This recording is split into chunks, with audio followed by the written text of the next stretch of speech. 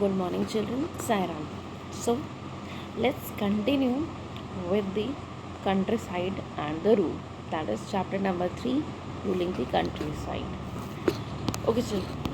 By this class, you must be able to answer several questions, and there should be no confusion about the biggest thing is that what was the difference between different types of cultivation, and why did these cultivations came to India, and who brought it. Now different type of cultivation was not there. Cultivation and agriculture are an integral part of India, but the cultivation of indigo was the main agenda, which brought a, you can say, awakening, alarm to the Indian people and their lifestyles. Fine, children. And let's continue with a new topic, the Monroe system. Fine. The Monroe system. Now, what was this Monroe system? As I told you, that Thomas Monroe was the governor of Madras in 1819. Okay, let's fine. Thomas in Monroe system. Thomas Monroe. I repeat again, Thomas Monroe was the Governor General of Madras. He was of Madras. Now, and in which year, which was the session? In 1819 to 26. It was from 1819 to 26. I repeat, Thomas Monroe was the Governor General of Madras in the time period of 1819 to 1826. Now, what next? What was this Monroe system? Monroe system was a type of indigo cultivation which was divided into two. You can say Monroe system was divided into, was a, you can say, profound system of indigo cultivation.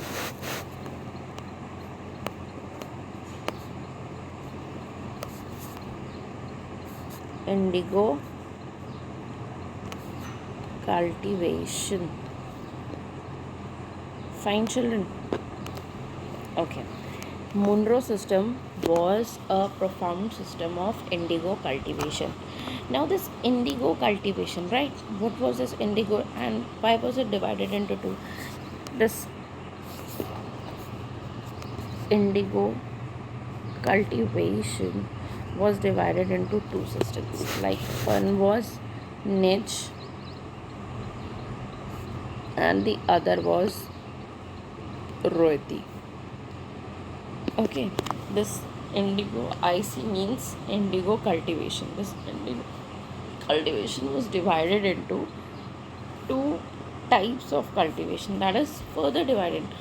It was organized in two ways. One was niche and the other was royalty. Fine. Now, what was niche? Niche, in the niche cultivation system, the planters produced indigo on the land produced that the you can say that the land they controlled. Everything under niche, the planters produced indigo,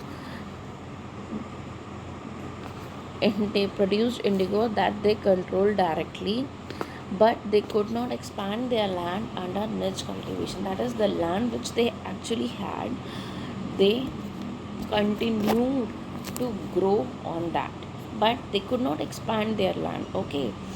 Now, who was a planter? If we say planter was a person who already had land with him. Okay. or he purchased. Anyone could be a planter, but the only thing is, in niche, the person who cultivated indigo had his or her own land. Now, next, it was the royalty system. Under the royalty system, the planters forced the royals to sign a contract, an agreement also known as satta. Those who signed the contract got cash in advance at low rates, but this was not favorable. Obviously, if you're taking money from someone in order to replenish your cater to your needs and requirements, you have to pay that loan. Isn't it, children? And this payment of loan became very frustrating. As a result, several riots of Bengal refused to grow indigo and became violent. A little, you can say, big massive agitation took place, and ultimately the indigo production collapsed in Bengal. The planters then shifted their operation to Bihar. That is, these plantation processes all collapsed in Bengal, and they further moved to Bihar. Fine. Now, I'll give you another explanation in what actually happened. Why did this particular uprising came? Under the royalty system, the planters forced royals to sign a contract. You all know this agreement was satta. Now, what happened? Several royals in Bengal refused to grow indigo. Soon they became violent. They got support of the local zamindars and village headmen too in their rebellion against the planters. The government brought in the military to protect the planters and set up the Indigo Commission. The commission held the planters guilty. It declared that indigo production was not profitable for riots, hence they were not needed to produce indigo in future. Ultimately, this indigo production collapsed in Bengal. So by this, what happened? This was the Monroe system, and it was actually, you can say, Thomas Monroe initiated towards this particular processes of indigo farming and indigo production.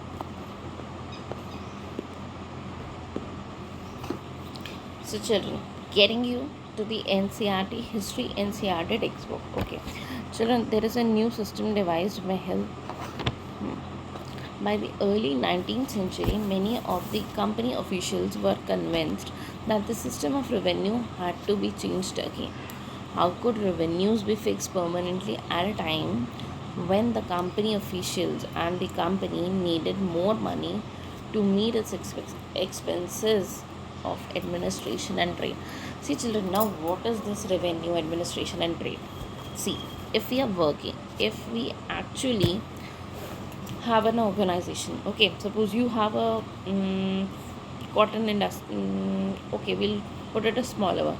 You have a shop, okay, you have a cotton shop, or you can say you have a shop, ice cream shop. Everyone likes ice creams, no? So if you have a ice cream parlor of yours, what will be, how will you organize that shop?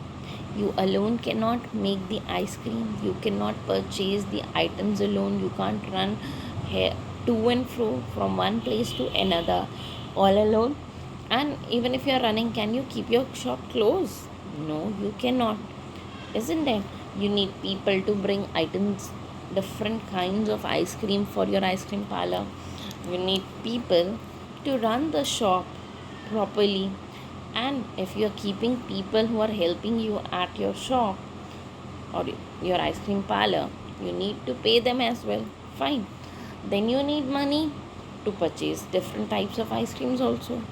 Then you need money to pay your electricity bills, your accommodation bill, your the rent of the shop, etc., etc. So many things, and all and all, or you can say, which go hand in hand, is the crux, that is the final conclusion, is that you need money to cater, to render proper services to your purpose, isn't it? Similarly, what happened in in this particular system of revenue system, when these people, British officials from East India Company, got hold of Devani, they thought that now we have got hold of whole country, India. Fine. Now, if they've got hold, they brought much more people, more army men to our country.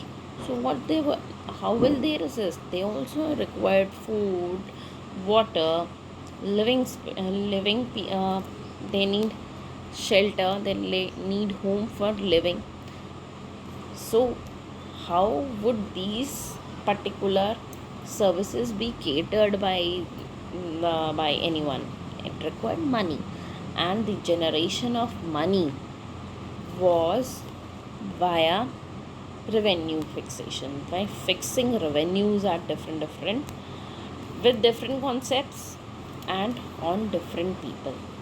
Now let's get back. Okay, in the northwestern provinces of the Bengal Presidency, most of this area is now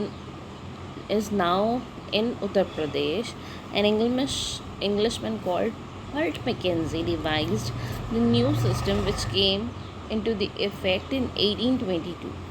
He felt that the village was an important social institution in the North Indian society and needed to be preserved. Under his directions, collectors went from village to village inspecting land. This I have already explained to you. That is, the inspectors went from one place to another in order to check how much, not actually how much exactly, what was the land capacity, the, you can say, how much land was acquired by the people. This inspection was done by several inspectors. Fine.